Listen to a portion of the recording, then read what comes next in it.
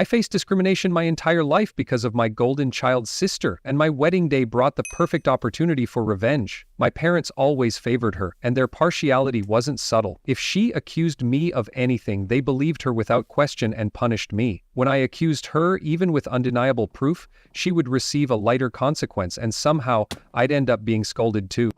Even small things like birthday cakes became evidence of their favoritism. The cake flavor was always her favorite, despite them knowing how much I hated it.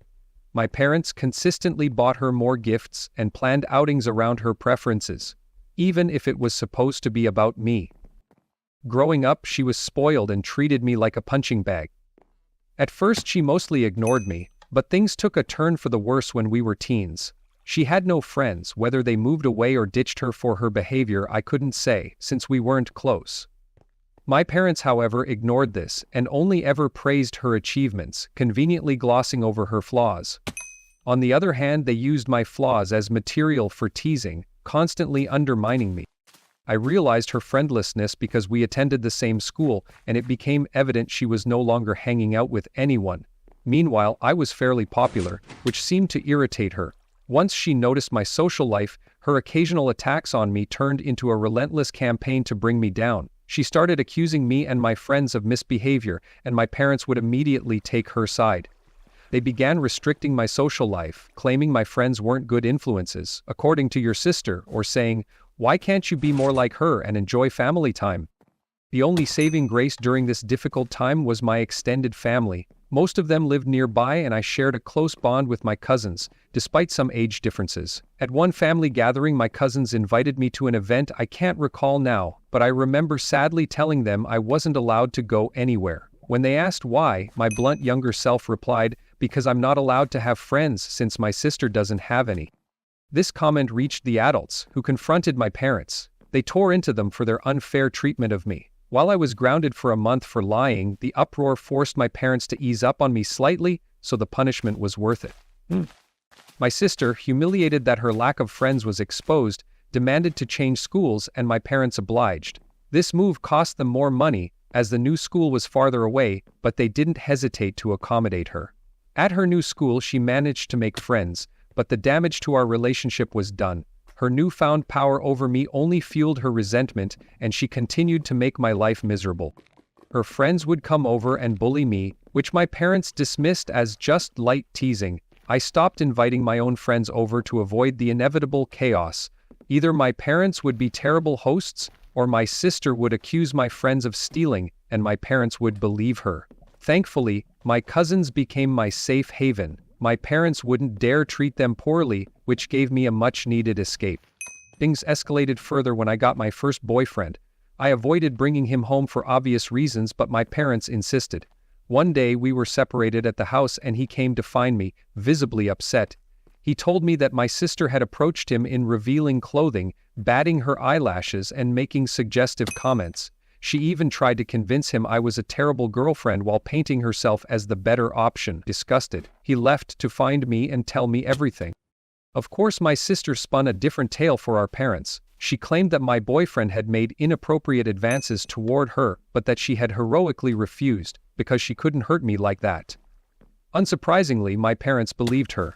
They banned me from seeing him, labeling him a horrible boy. Though I tried to keep the relationship going in secret, it became too challenging, and we eventually broke up. It wasn't just her lies that ended things, it was the constant interference and lack of privacy my parents imposed. Looking back, even my insecure teenage self didn't buy her story. While I know appearances shouldn't matter, her attempts to flirt were comically bad. She'd never learned to work for anything, relying on our parents to hand her whatever she wanted. Added to that, my sister wasn't exactly model-like, and given her rude and entitled personality, it was hard to believe anyone would fall for her charms. Even in my most self-conscious moments, I knew my boyfriend wouldn't cheat on me with her. Still, the damage was done, my resentment grew, and the rift between us deepened, setting the stage for a future where she would finally face the consequences of her actions. I managed to get another boyfriend after the disaster with my first, but once again, my sister accused him of flirting with her when he rejected her advances. Predictably, my parents sided with her, labeling me incapable of good judgment when it came to relationships. I tried pointing out the absurdity of the situation. It was the second time this had happened, but they dismissed me, insisting I was simply bad at picking boyfriends.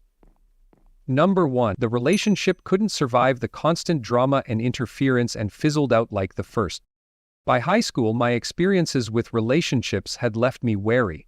I was fine with casual flings or making out with boys, but avoided actual relationships to spare myself the turmoil. This earned me a bit of a reputation, with whispers about me being easy circulating. Thankfully, it never reached my parents or sister, sparing me from their judgment. During this time, my sister brought home one of her boyfriends. My parents, as expected, rolled out the red carpet for him, constantly praising him as the perfect partner and comparing me unfavorably. "Why can't you find someone like him?" they'd say, making it clear that he was everything they thought I wasn't. But their tune changed when he stopped coming around. Suddenly, he was a manipulative jerk who had tricked my sister. The hypocrisy didn't surprise me, and I filed it away as yet another example of their blatant favoritism. The double standards extended beyond relationships. My sister always had more spending money and fewer curfews. She could go wherever she wanted, whenever she wanted, while I was still heavily restricted. If I questioned this, they would dismiss me by saying, "It's because she's older." But when I reached her age and asked for the same freedoms, they either denied having ever said that, or claimed it was because I wasn't as trustworthy as she was, citing her fabricated accusations about my boyfriends and friends as proof. When it came time for my sister to graduate, my parents made a huge deal of it. She was accepted into a college, not a prestigious one, and she didn't earn any scholarships. Since my parents never shared her failures, I had no idea how many colleges she applied to, or how many rejections she received. What I did know was her grades weren't great. Whenever she managed a B, it was treated as a monumental achievement. Meanwhile, my consistently good grades were dismissed as unworthy of celebration. "You always get those," they'd say. "What's the big deal?" My parents promised to cover all her college expenses, sparing no effort to make her feel supported and special. I was just relieved she would finally be out of the house, but her absence didn't mean peace for me. She came home every other weekend, and her visits were always marked by drama. Items from my room would mysteriously go missing, or she'd come up with new ways to make my life miserable. My curfews remained rigid, and my parents continued to treat me like a child. As my own graduation approached, my mom sat me down for a talk about my future. She explained that, since they were paying for my sister's college, there was no money left for mine. She suggested I start working immediately after graduation and wait until my sister finished her degree to see if they could afford something for me. Oh, and if I decided to stay at home, I'd have to pay for all my own expenses, including rent and part of the bills. I brought up student loans, thinking I could fund my education independently. Mom quickly shot that down, saying they were too caring to let me get into debt for just any college. They would decide whether a school was worth the debt. I didn't ask how they planned to stop me from applying for loans. I simply nodded and said, "Okay." My mom, clearly expecting an emotional reaction or tantrum, started crying. I think she wanted me to make a scene so they could use it as an excuse to avoid paying for my college altogether, but I stayed calm and thanked her for her honesty. Later, my dad tried to have the same conversation, but I gave him the same unemotional response. The truth was, after a lifetime of their unfair treatment, I'd stopped expecting anything from them. I knew they'd find an excuse to avoid helping me and would never keep their word about funding my education once my sister graduated. I'd already resigned myself to their neglect and had been preparing for this moment for years. While my sister partied and squandered her time, I studied hard.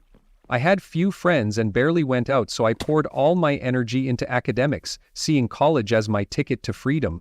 My efforts paid off. I earned a full scholarship to a decent school. It wasn't Ivy League, and I wasn't pursuing law or medicine, but it was a good course at a respectable college. Knowing how much my sister would hate the idea of me succeeding and how she might try to sabotage me through our parents, I decided to beat them to the punch. I proudly posted my achievement on social media for everyone to see. At the same time, I informed my parents about my scholarship and even forced myself to thank them in the social media post. This public acknowledgement left them unable to forbid me from going. They would have to explain to the extended family why they were blocking such an opportunity. Initially, they seemed a bit proud and even boasted about my achievement, but predictably my sister must have gotten to them because their attitudes shifted. Suddenly, they were questioning whether I was sure I wanted to go, hinting that it might not be the best idea. They let slip that my sister was struggling in college and suggested that, since she was supposedly smarter and had better judgment than me, I would likely have an even harder time. Despite their attempts to dissuade me, I stood firm. They weren't happy, but there was nothing they could do. College became my escape, my salvation. For the first time, I felt genuinely happy. I kept in contact with my parents, visiting on holidays and special occasions, but since they had refused to contribute financially, I often used money as an excuse to skip visits. During this time, I avoided introducing them to anyone I dated. Meanwhile, my sister eventually stopped attending college. I know she didn't graduate. If she had, my parents would have made a massive fuss about it. She moved back home paying no bills or rent, though my parents insisted it was different. She even got a job at the same company as my mom thanks to some strings being pulled. My parents presented all of this as a point of pride, as if her mediocrity was something to celebrate. It was around this time that I met my husband. He's the polar opposite of me. You know how people say, if I were in that situation, I'd have done something? My husband is the kind of person who actually does. Where I'm meek and prone to overthinking, he's bold and confrontational. I'm the person who cries when I'm angry and replays arguments in my head, thinking of the perfect comeback hours later. My husband, on the other hand, claps back immediately and isn't afraid of drama. If someone crosses him, he won't let it slide. He'll plan something worse to teach them a lesson. People were baffled when they found out we were together, wondering how someone like me ended up with someone like him. But I love that he does what I can't. He treats people well as long as they treat him well, but he never tolerates disrespect. When we started discussing marriage, we agreed that the ceremony wasn't our priority. We had a limited budget and wanted to focus on our dream honeymoon in Europe. Since my family was mostly concentrated in my hometown and his was more spread out, we decided to have the wedding there.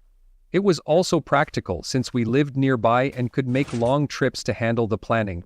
His work offered some flexibility, so we could even spend some extra time in my hometown if needed. We sent out our engagement announcement and saved the date card, setting the wedding a few months away.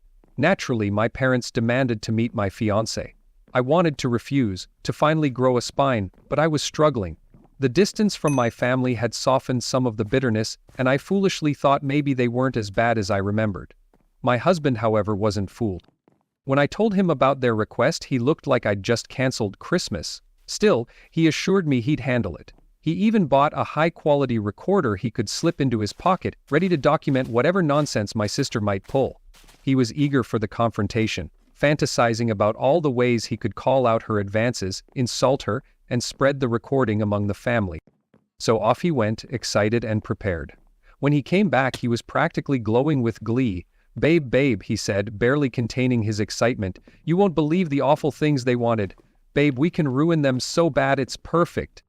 I was confused and asked to hear the recording immediately, but he stopped me. Let me explain first, he said, or you'll misunderstand. He went on to recount the bizarre meeting. Instead of flirting or insults, my parents and sister had sat him down and, after some grumbling about my poor judgment, announced their condition for supporting our wedding. They proclaimed they would pay for everything on one condition: my sister would walk down the aisle first. Not just that, she would wear a wedding dress, walk down the aisle at my wedding, and have pictures taken as if it were her wedding. Their excuse? It's not right for a younger sister to marry before the older one. They insisted it was only fair for her to have the experience, complete with her own cake, at my venue. At this point my husband chimed in. Hey, vengeful husband here, hell hath no fury like a nuclear revenge enthusiast when his beloved is scorned. My wife paints me as this drama-loving troublemaker, but trust me, I was just getting started. As my husband recounted the outrageous request my parents and sister had made, his eyes sparkled with glee, and he proudly played the recording to back up his story. I was shocked, though I probably shouldn't have been. The distance from my family had softened the edges of my memories, and I had convinced myself that even they wouldn't stoop this low. But here it was, proof that they wanted to hijack my wedding to give my sister her special moment. Thankfully, my husband's insistence on turning this into a revenge mission helped me avoid spiraling into despair. We had a blast brainstorming ways to get back at them. The ideas ranged from utterly absurd to slightly feasible. One of our early favorites was giving them the wrong venue address and leaving them stranded on the big day. To refine our plans, we looped in my husband's more level-headed brother, who promptly scolded us. While he acknowledged he couldn't talk us out of retaliation entirely, He pointed out the logistical challenges and potential legal consequences of some of our schemes. After much debate, we landed on the most benign plan. Act like we were on board with their ridiculous idea but hire security to keep my sister out. Of course, just blocking her wasn't enough. If this was going to be true pro-revenge, we needed to escalate. The rest of the plot was mostly my husband's doing, but I take equal credit. It was all discussed and agreed upon by both of us. My husband returned to my parents with an air of fake reluctance. He told them he had thought it over and doubted I'd agree to their plan. However, he added, he didn't personally see an issue with it and, not wanting to cause conflict within the family, was willing to help them pull it off. He used their own assumptions about me to strengthen his argument. You know, she hates conflict. If she's surprised by this at the wedding, she's unlikely to make a scene in front of everyone. On the other hand, marriage is a big deal and she might lash out. We'll need to tread carefully. He proposed a compromise. They would help pay for the wedding, which would make me feel obligated to stay silent. Public pressure, gratitude for their financial support, and the presence of both families would keep me in line. According to my husband, my parents looked thrilled and my sister, now a grown woman, actually started skipping with joy like a child. Crucially, my husband told them I was distrustful and controlling, often checking his phone to ensure he wasn't cheating on me. These were my parents' exact words about me, and I couldn't have been prouder to see them used against them. Playing into this narrative, he insisted that no aspect of the plan be written down lest I stumble across it. All discussions about my sister walking down the aisle would happen in person, at their house. And so began months of deception. My parents and sister thought they were outsmarting me, but in reality we were milking them for all they were worth. Since my husband and I didn't care much about the ceremony itself, everything else became fair game. My parents wanted input on every detail, from the color palette to the music choices. My husband would humor them, convincing them to let go of certain things to keep me calm, while secretly manipulating them into upgrading everything. Here's how we pulled it off. We visited venues, checked out drink and menu options, and deliberately chose the cheapest or second cheapest choices. My husband then took my sister to the venue and presented her with these options, feigning regret. It's a shame, he'd sigh, but we don't want to abuse my parents' generosity, so we're sticking with the basics. This inevitably led to my sister demanding the most expensive upgrades, which my parents happily paid for. The same strategy worked for the photographer and flowers. My husband handed my sister a bouquet of flowers we wanted and pretended I had my heart set on something hideous. Cue my sister's outrage and my parents swooping in to pay for the flowers I actually loved.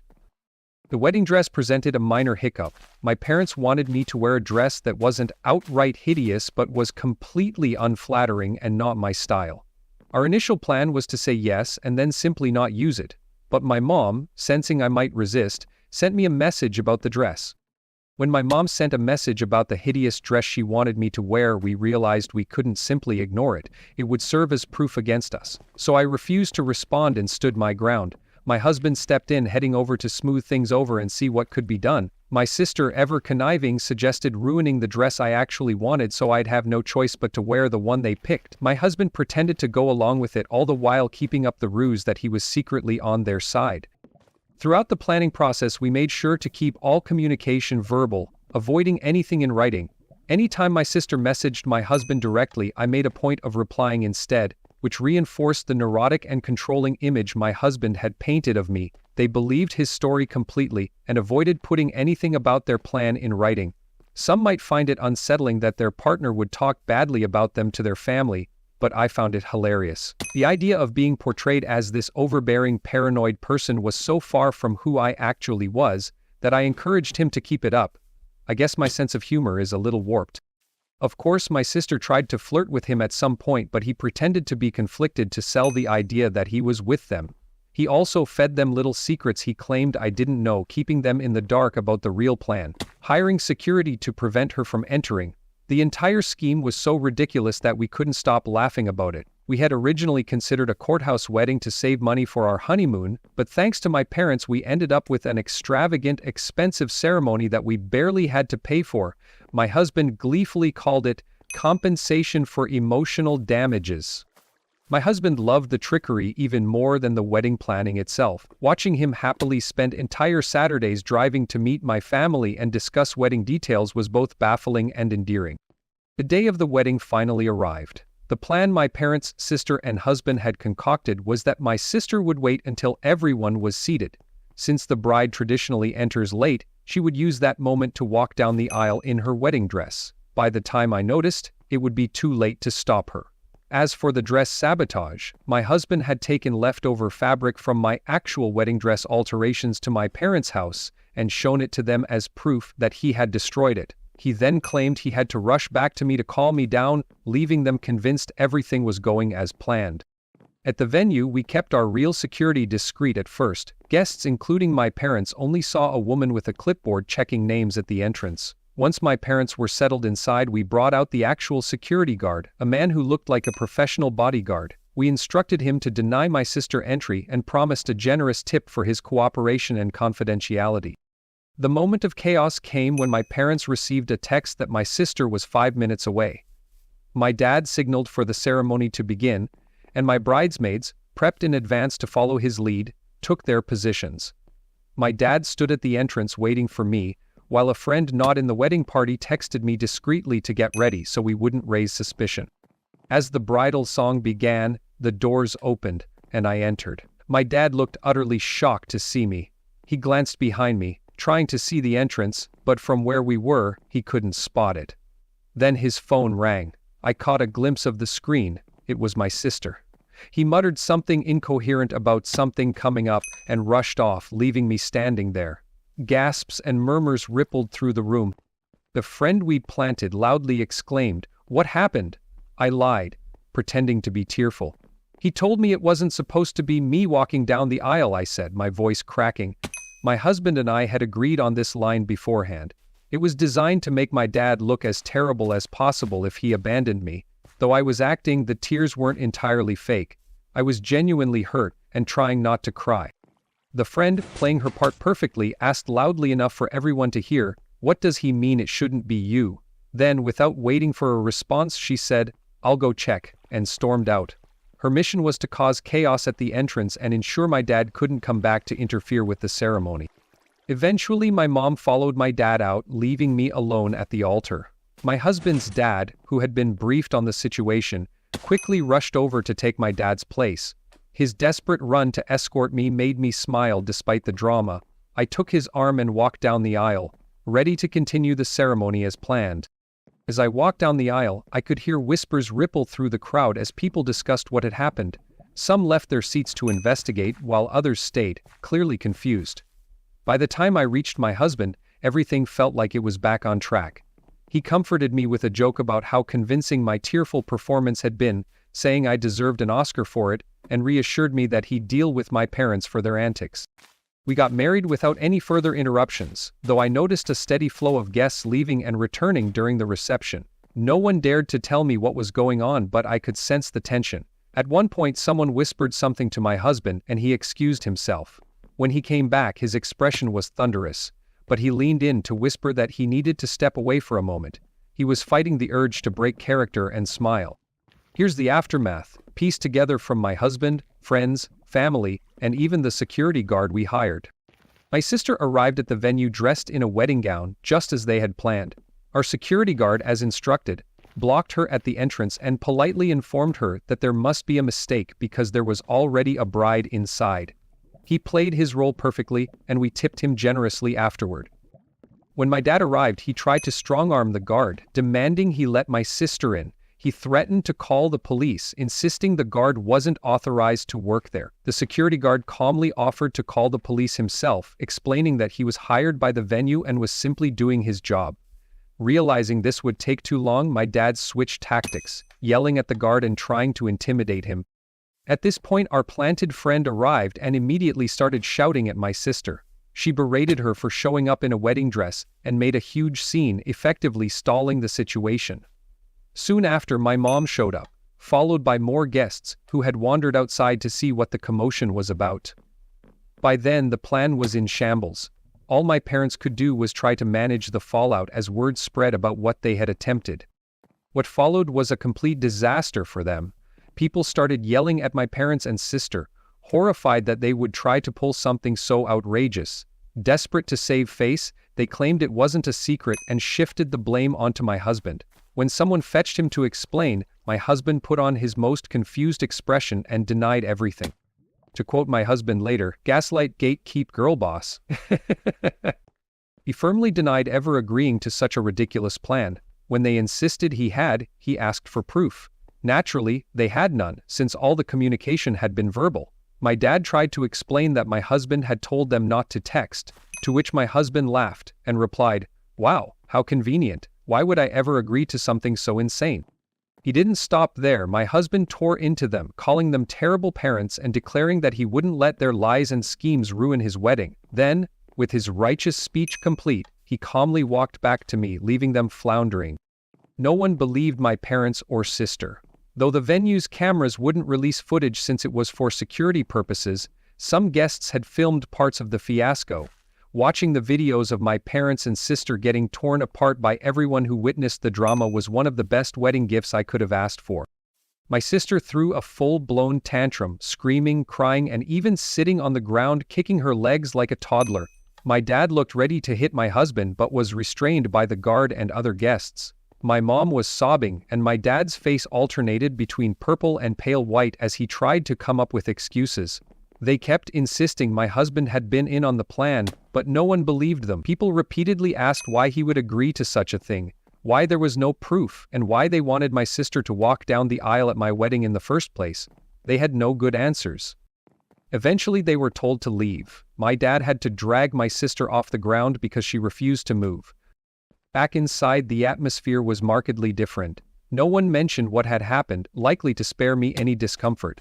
As the bride, I felt a rare sense of being the center of positivity for once.